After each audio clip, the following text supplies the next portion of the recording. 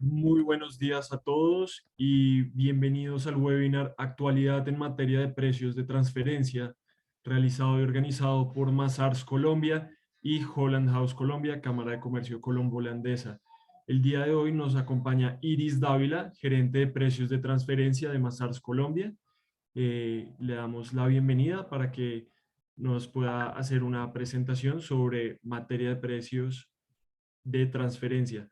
Recuerden a todos los participantes que este evento está siendo grabado y podrá ser visto después por nuestros canales de YouTube, y también al correo recibirán toda la información sobre las memorias del evento. Gracias. Bueno, muy buenos días a todos. Para mí es un gusto acompañarlos la mañana de hoy.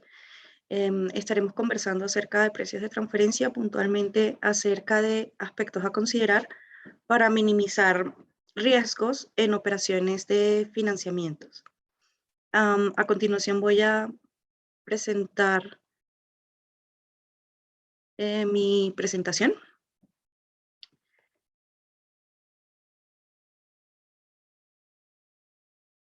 El contenido que vamos a desarrollar el día de hoy será pues una breve introducción en tema de precios de transferencia, cuál es su concepto, cuál es su finalidad, cuáles son las obligaciones en materia de precios de transferencia, muy brevemente, em, el tema de la caracterización de operaciones de financiamiento y elementos que se pueden considerar para su recaracterización y las variables a considerar en los análisis de precios de transferencia. Entonces, entremos en materia. Bueno, ¿qué es precios de transferencia? Precios de transferencia es una herramienta que se está manejando actualmente desde un punto de vista, un enfoque netamente tributario.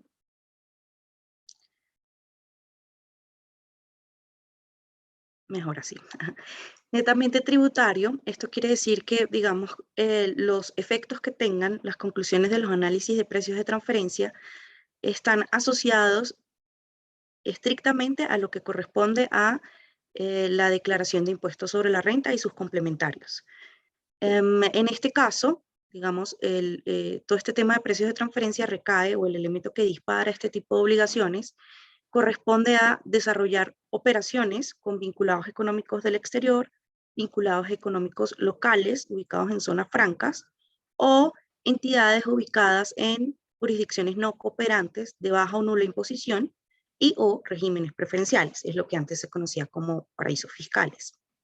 Entonces, el hecho de que un contribuyente lleve a cabo operaciones con este tipo de entidades dispara una obligación en materia de precios de transferencia, el cual busca verificar que las operaciones que se estén llevando a cabo con estas entidades sigan un racional de mercado o que cumplan con el principio de plena competencia. ¿Qué es el principio de plena competencia? Es precisamente lo que comentaba anteriormente, el tema de que cuando yo lleve a cabo operaciones con estas entidades, yo sigo un racional de mercado, es decir, que pacte condiciones que son similares a las que pactaría si es que esos vinculados económicos o paraísos fiscales fuesen terceros independientes. Si llegara a haber algún tipo de conclusión negativa, es decir, si yo llegara a concluir que no estoy cumpliendo con el principio de plena competencia, la consecuencia sería netamente en la declaración de impuestos sobre la renta, en la cual yo tendría que hacer un ajuste, bien sea para desconocer la deducibilidad de las operaciones de costo de gasto o incrementar teóricamente el ingreso. ¿Cuáles son los deberes de precios de transferencia? En precios de transferencia existen dos tipos de deberes. El deber sustancial, que es el deber de fondo, que no genera necesariamente un deber de hacer, un deber de entregar, pero que sí conlleva a la obligación de que los contribuyentes que estén en el marco del régimen de precios de transferencia deban contar con documentación que soporte que cuando yo llevo a cabo ese tipo de operaciones, en efecto, estoy cumpliendo con el principio de plena competencia, es decir, sigo un racional de mercado. En este punto, digamos, el solo hecho de llevar a cabo operaciones con este tipo de entidades ya genera este deber sustancial. En este momento no tengo que presentar nada ante la Administración Tributaria en una fecha establecida, pero en caso tal de que la Administración Tributaria me lo solicite, yo debo tener la documentación que soporte pues, esta situación. Ahora, hay unos deberes formales que ya sí generan una obligación de hacer y de presentar ante la administración tributaria cierta información en unas fechas establecidas para hacer esta entrega.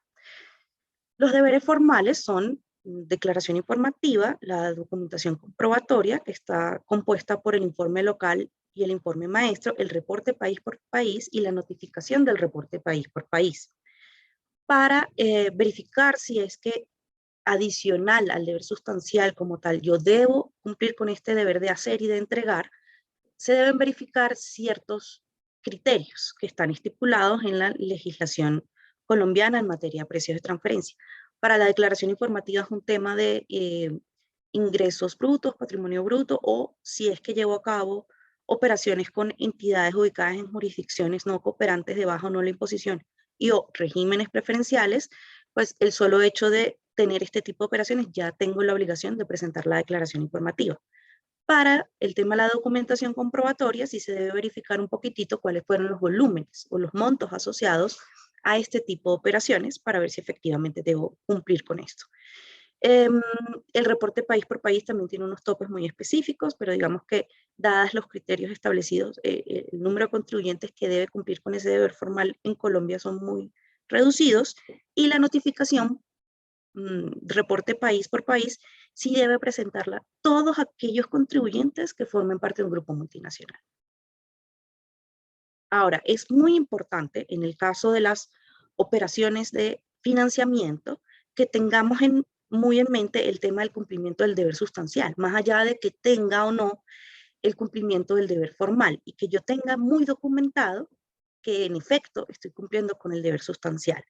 ¿Por qué? Para las operaciones de financiamiento, específicamente las de préstamo, existen algunas regulaciones, algunas limitaciones, algunas restricciones en cuanto a la deducibilidad que se levantan sí y solo si yo tengo la posibilidad de soportar el cumplimiento del principio de plena competencia. Estos están enmarcados en el artículo 35 y en el artículo 124, raya 1, donde para las operaciones de financiamiento, de préstamos particularmente, que se den entre una entidad o un contribuyente colombiano y sus socios, este tipo de operaciones se deben mirar bajo la luz de los intereses presuntivos. Sin embargo, si la tasa fuese menor al interés presuntivo, pero yo tengo perfectamente documentado que esta tasa cumple con el principio de plena competencia, luego entonces no estoy sujeto a este tema de intereses presuntivos. Lo mismo sucede con el tema de la deducibilidad de los intereses y otros costos o gastos financieros, como por ejemplo la diferencia en cambio, en operaciones de préstamos o financiamientos que se den entre un contribuyente colombiano y otro integrante de su grupo multinacional. Si yo cumplo con el principio de plena competencia y tengo soportado el cumplimiento del principio de plena competencia en este tipo de operación, se levanta esta restricción de la deducibilidad, o sea, del límite de la deducibilidad. Entonces, el cumplimiento del deber sustancial y su documentación para el caso de las operaciones de financiamiento puntualmente, pues tienen una serie de ventajas en términos de levantar este tipo de deducibilidades, pero sí hay que tener muy presente en ese momento de tener toda la documentación. Recaracterización de operaciones de financiamiento. ¿A qué nos referimos con esto? Para el análisis de precios de transferencia, digamos, el punto de partida es lo que nosotros hablamos de la delimitación o delineación de la operación o la caracterización de la operación. Para yo verificar si efectivamente una operación puede ser caracterizada de cierta manera, se revisan ciertas particularidades, que en el caso de las operaciones de financiamiento, digamos, este análisis es muy, muy riguroso. A partir del año 2012 se incluye en el artículo 260-4 un cambio en términos de cuáles son los elementos que se deben considerar al momento de analizar una operación de préstamo. En ese cambio se incluyen pues algunas adiciones en donde de alguna manera se abre el análisis de las operaciones de financiamiento a algo más allá de la tasa de interés. No puedo quedarme simplemente en probar que la tasa de interés está dentro de los rangos de mercado, sino que debo ver en su conjunto todas las condiciones alrededor de la operación, como pueden ser, bueno, el término, el plazo, si tiene interés moratorio y otras condiciones. Y lo que establece el artículo 160-4 es que si alguna operación de préstamo no cumple mirando en su conjunto como un todo, todas las condiciones, con un racional de mercado, o sea, no son condiciones que yo pueda replicar en el mercado entre terceros o en el mercado financiero, luego entonces esa operación está sujeta a recaracterización solo para efectos de impuestos sobre la renta. Es decir, que para efectos de impuestos sobre la renta, ese tipo de operación debe ser tratada como un aporte de capital y no como un préstamo. ¿Qué consecuencias tiene esto? Bueno, la no deducibilidad de los intereses y que el capital pues ya no sea parte del pasivo de la compañía, sino que sea un mayor valor del patrimonio, para efectos del cálculo de la declaración. Recientemente, hace aproximadamente año y medio, 2 años, la OECD emite algunas directrices por primera vez específicas para las operaciones de financiamiento y digamos que también establece este tipo de situaciones en las que si una operación no cumple con, como un todo, todas las condiciones, no puede verificarse su racional de mercado, luego entonces, para efectos de precios de transferencia y de impuestos sobre la renta, esa operación puede ser recaracterizada.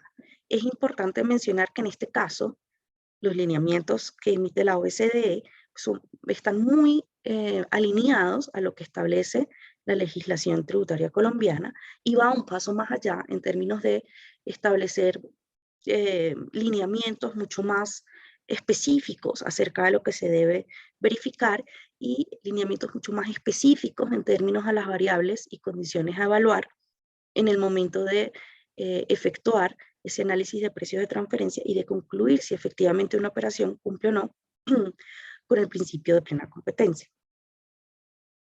Entonces, ¿cuáles son esos elementos o esas consideraciones que se deben verificar al momento de determinar si la operación puede ser delimitada o puede ser caracterizada efectivamente como una operación de financiamiento, particularmente una de préstamo?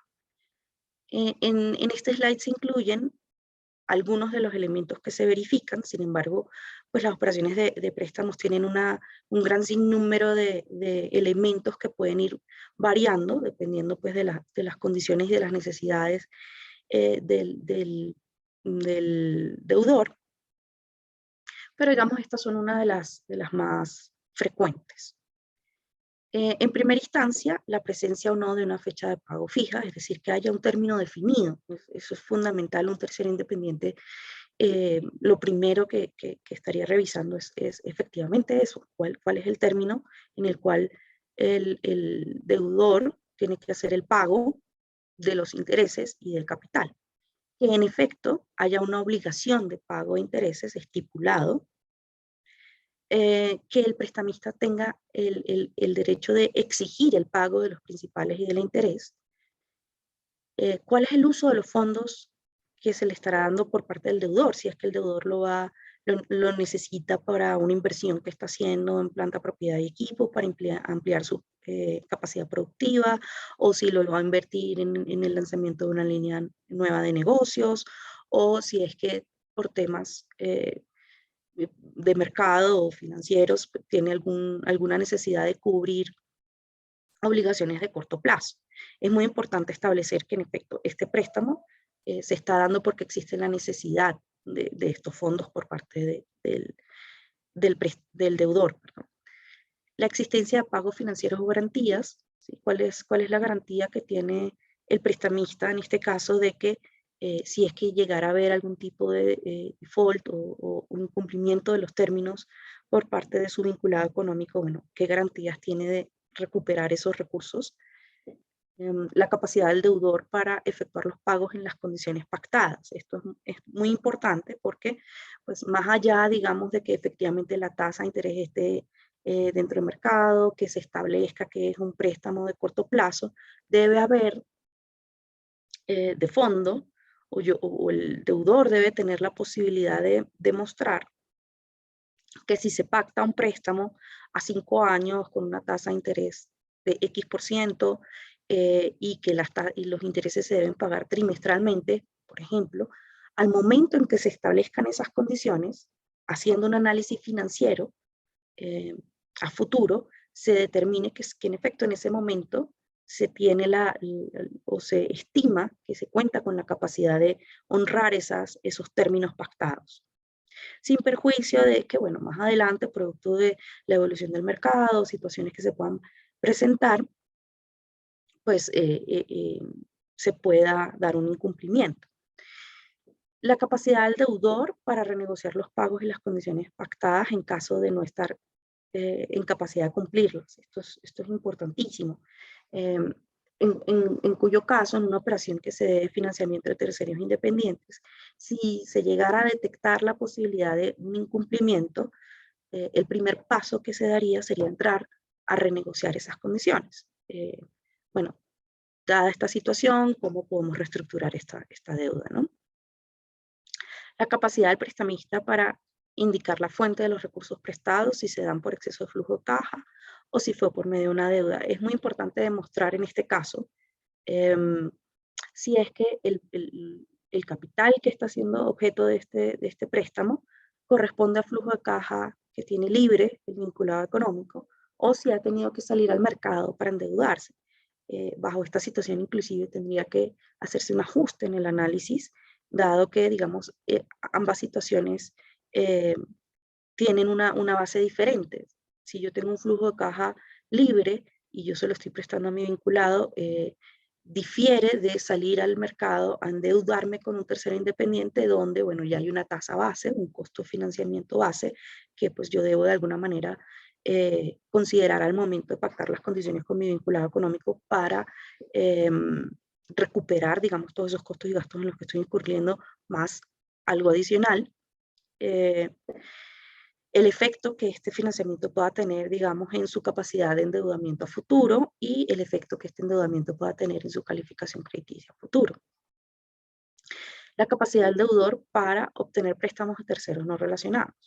Y esto es muy importante en el sentido de si es que al hacer un análisis general del deudor se establece que tiene un riesgo crediticio muy alto, que su situación financiera no da para pagar un préstamo en las condiciones en las que él lo requiere y demás, y que por tanto se presuma que un tercero independiente no estaría dispuesto a entrar en ese tipo de operaciones.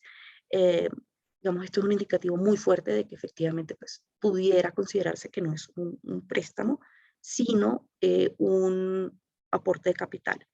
No quiere decir con esto con que el hecho de que yo no cumpla con uno de estos elementos, automáticamente ya se debe considerar la recaracterización de la operación, sino que se debe hacer un análisis en conjunto de todas las operaciones, pero sí genera una bandera roja el no cumplimiento de alguno de algunos de estos elementos. Variables a considerar en el análisis de precios de transferencia. Digamos que de entrada, las operaciones de financiamiento siguen el mismo racional o las mismas características que un análisis de cualquier otra transacción que se dé entre vinculados económicos. Se deben verificar los términos contractuales, las funciones ejecutadas, activos usados y riesgos asumidos, las características de la operación, las circunstancias económicas y las estrategias de negocio.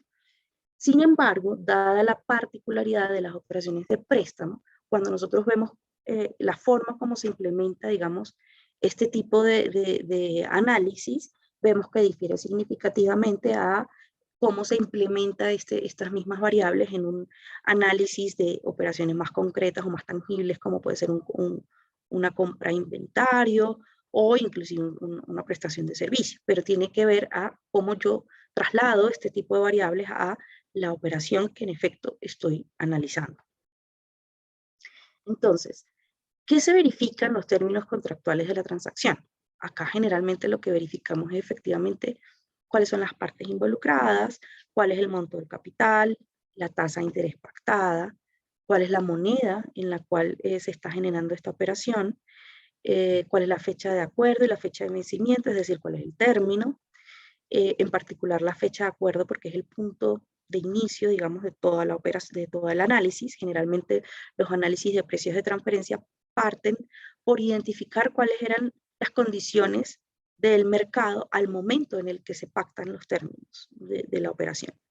La exigibilidad del pago, no solamente el hecho de que hay una exigibilidad de pago, sino cuál es el plazo, por ejemplo, de pago de las tasas de interés, si es trimestral, semestral, mensual.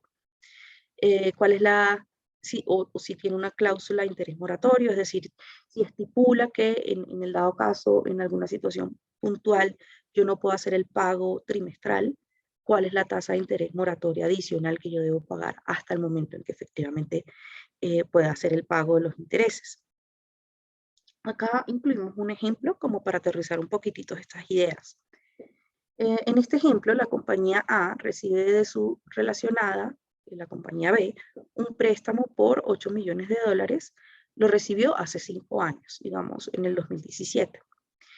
En ese momento se pacta que el término de dicho año sería un año, es decir, que en el 2018 el vinculado económico iba a retornar todos los intereses más el capital que había sido prestado. Pero ese préstamo se ha venido renovando automáticamente año tras año hasta llegar al 2022. La tasa de interés pactada corresponde a un 3% anual. Adicionalmente, la compañía A, que es el deudor, tiene una calificación crediticia que corresponde a CCC y al evaluar la situación financiera de la compañía se determina que no hay proyecciones que indiquen una mejora en el futuro cercano. ¿Qué sucede con este tipo de operación? Si vemos la delimitación de las condiciones desde el punto de vista específicamente contractual, identificamos que es una operación de medio plazo, es decir, solamente un año. Identificamos que en ese momento tenía un riesgo crediticio pues, bastante alto, por lo cual aquí, al momento de analizar la operación en el 2022, se tiene que evaluar, digamos, lo que está contractualmente establecido frente a lo que ha sido la realidad de la operación. La realidad de la operación es que se ha venido renovando automáticamente por los últimos 5 años, es decir, que realmente no ha sido un préstamo de mediano plazo, sino de largo plazo. Entonces, posiblemente se tenga que ajustar el plazo para efectos de determinar cuál es el rango de mercado aplicable y si ese 3% está dentro o no de ese rango de mercado. Y yendo un poquitito más a detalle, surge la pregunta de si efectivamente la compañía va a tener la posibilidad de hacer el pago en 5, 6, 7 años. Se indica acá que efectivamente no hay proyecciones de una mejora en un futuro cercano en términos financieros y que por tanto es posible que la compañía no pueda honrar esos compromisos en un futuro cercano. Luego entonces aquí recae la pregunta de si un tercero independiente efectivamente estaría dispuesto a hacer un préstamo en estas condiciones. Y pudiera estar acá, digamos, algunas banderas rojas asociadas a la recaracterización de la operación. O sea, cabría la duda de si efectivamente estamos ante una operación de préstamo o si es un aporte de capital. Funciones ejecutadas, activos usados y riesgos asumidos. Cuando hablamos de estos componentes o de estos elementos en una operación de financiamiento, nos damos cuenta que son bien acotadas, en el sentido de que, bueno, ¿cuáles son las funciones ejecutadas en una operación de financiamiento? Generalmente se asocia a todos los análisis que se deben desarrollar para determinar las condiciones óptimas del financiamiento, no solamente desde el punto de vista del prestamista, sino desde el punto de vista del deudor. Ambas partes deberán hacer análisis que les permita determinar, bueno, cuáles son las condiciones óptimas para este préstamo, cuál es el término en el cual yo requiero este préstamo, en qué plazo puedo yo hacer el pago, qué me conviene más que sea de mediano o de largo plazo, si esa tasa de interés efectivamente es competitiva, si los gastos asociados al préstamo hacen sentido de acuerdo con el análisis financiero que yo estoy haciendo desde el punto de vista del prestamista. Y desde el punto de vista del deudor, bueno, tendrá que hacer análisis un poco más extensos en términos de determinar ¿Cuál es el riesgo crediticio? Si es que efectivamente hay un riesgo crediticio muy elevado, cómo esto se va a trasladar pues, en el análisis de la tasa de interés que yo esté pactando, o si llega a ser muy, muy elevado, si efectivamente un tercero independiente estaría dispuesto a pagar, a prestar, perdón, en esta situación. ¿Cuál es el plazo que menos afecta mi liquidez?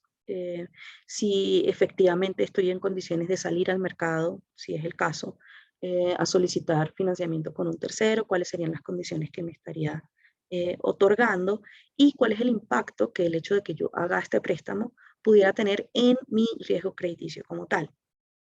Y los riesgos asumidos más o menos se circunscriben a el riesgo crediticio, el riesgo de liquidez y, bueno, también un tema de la variabilidad de la tasa de interés. Incluimos nuevamente un ejemplo como para aterrizar un poquitito más estas ideas, y es, consideremos una situación en la que la empresa A le presta fondos a la empresa B. Cuando entramos a hacer, digamos, todo el análisis funcional o de la caracterización de la operación, identificamos que no es la empresa A quien efectivamente está desarrollando todos los análisis para determinar cuáles son las condiciones óptimas, sino que es la empresa P, que en este caso es la matriz del grupo, quienes establecen cuáles son las condiciones bajo las cuales se va a dar esta operación de financiamiento. Y yendo un paso más allá, se establece que efectivamente, en caso tal de que se genere el riesgo crediticio, es decir, que llegue a haber algún incumplimiento por parte del vinculado por cualquier situación externa, sería la empresa P quien tiene la capacidad financiera para asumirlos, ¿sí? En este caso, haciendo el análisis funcional, vemos que efectivamente la empresa A lo que está haciendo es como un vehículo donde que cede el financiamiento, pero que de fondo no está realmente haciendo una gestión, ni sería la empresa llamada a asumir los riesgos asociados a que haya un impago por parte del vinculado económico, sino que sería la casa matriz. En este caso, se evaluaría si es que para efectos de la remuneración de esta operación, la empresa B solo debería asumir o debería ser remunerada con una tasa de interés libre de riesgo, porque pues la empresa B no es quien está asumiendo los riesgos, y que la diferencia entre esa tasa libre de riesgo más la tasa producto de verificar efectivamente los riesgos que conllevan hacer el préstamo a la empresa A bajo las condiciones en las que se está desarrollando esa operación, pues deba ser la remuneración que obtenga la empresa P en este tipo de operaciones. Las características del instrumento financiero. Como mencionaba, las operaciones de financiamiento realmente tienen un sinnúmero de variables que pues, se van adecuando a las necesidades de las partes. En este caso traigo a colación dos ejemplos, simplemente como para aterrizar la idea de cuál pudiera ser el impacto que tenga este tipo de características. Un préstamo se puede dar fijando una tasa fija o una tasa variable. Una tasa fija quiere decir que en la negociación de las condiciones se establece una tasa establecida, digamos 5%, a lo largo del término del financiamiento. Es decir, si el financiamiento dura 5 años, por 5 años yo voy a pagar un 5% de interés.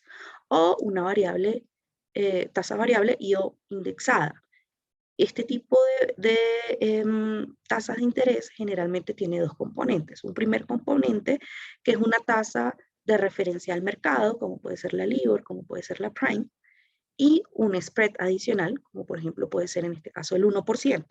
Ese spread adicional lo que va a cubrir efectivamente es la diferencia entre la tasa libre de riesgo y la tasa que se pactaría considerando pues, el riesgo crediticio y las situaciones particulares de la industria y otras variables del deudor como tal, ¿no?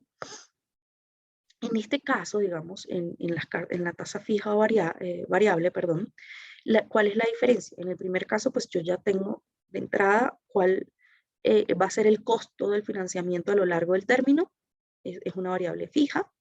En el otro caso, pues este costo puede ir incrementando o disminuyendo de acuerdo a cómo se vaya desarrollando el mercado a lo largo de esos 5 años. Si hay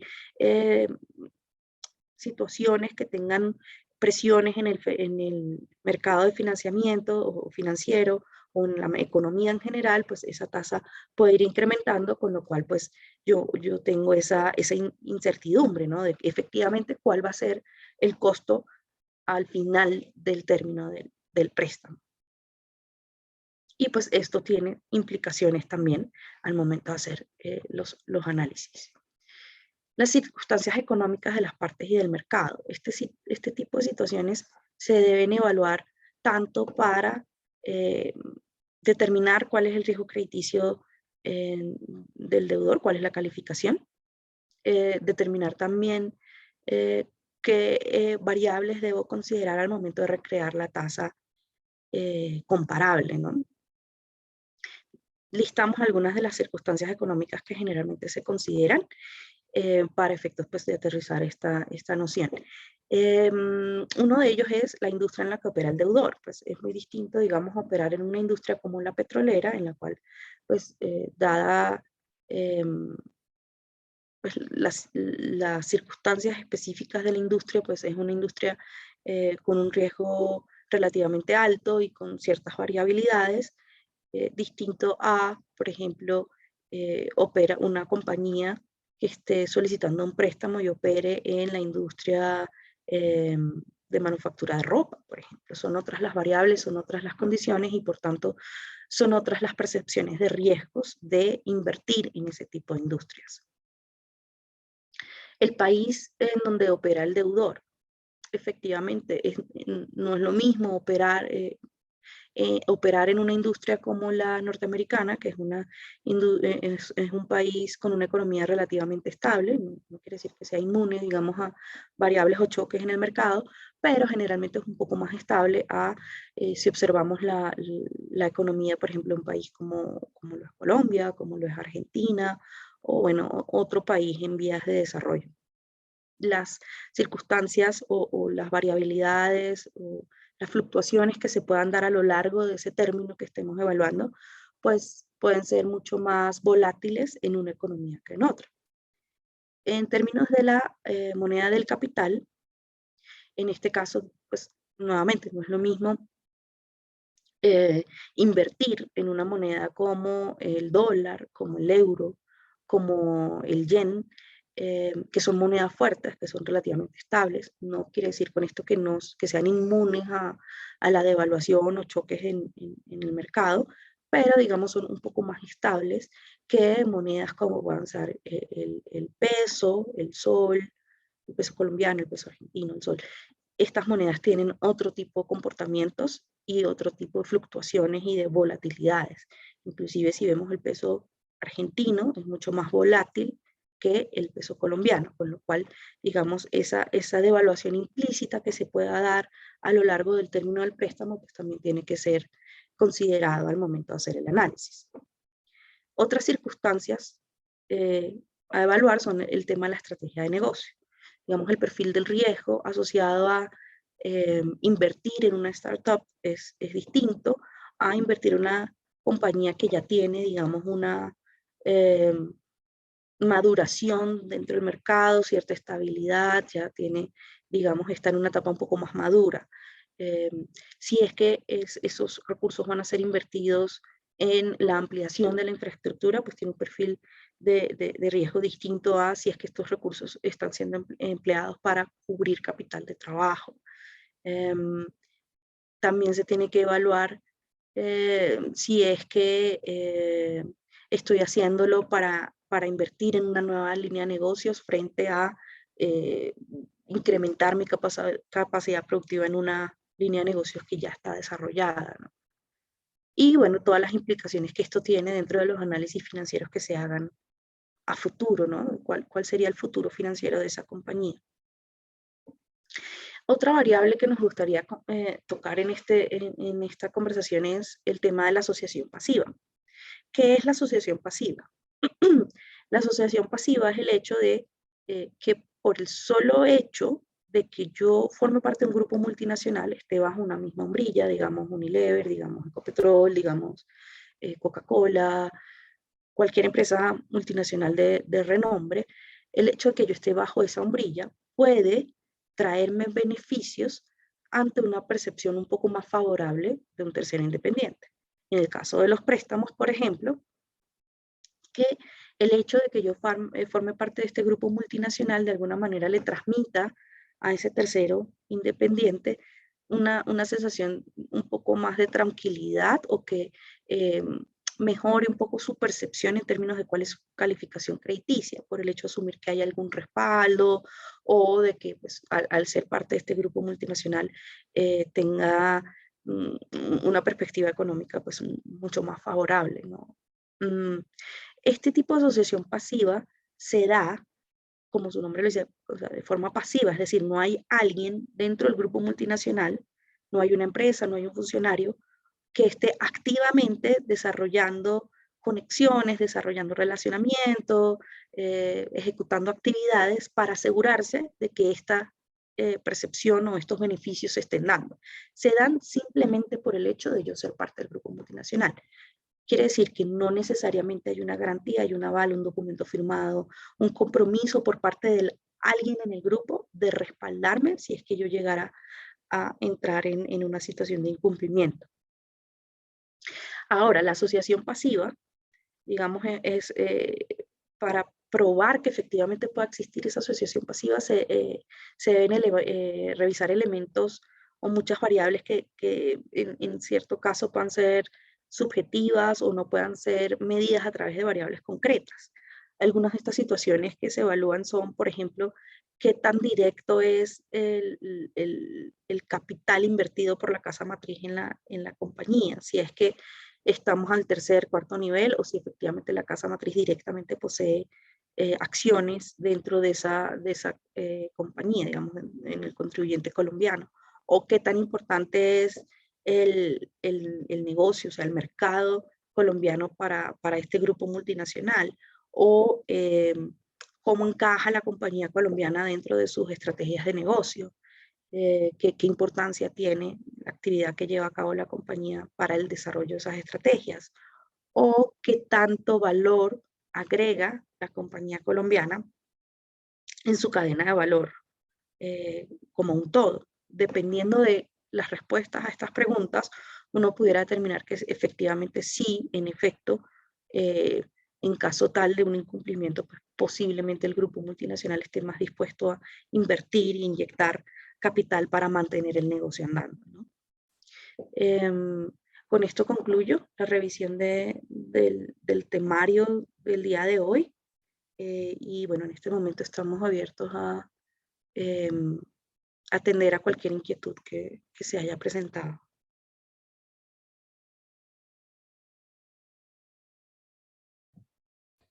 Muchas gracias, Iris, por tu presentación. Invitamos a los participantes a realizar alguna pregunta o inquietud que tengan referente a lo comentado por Iris el día de hoy. En el chat por el momento no tenemos ninguna pregunta.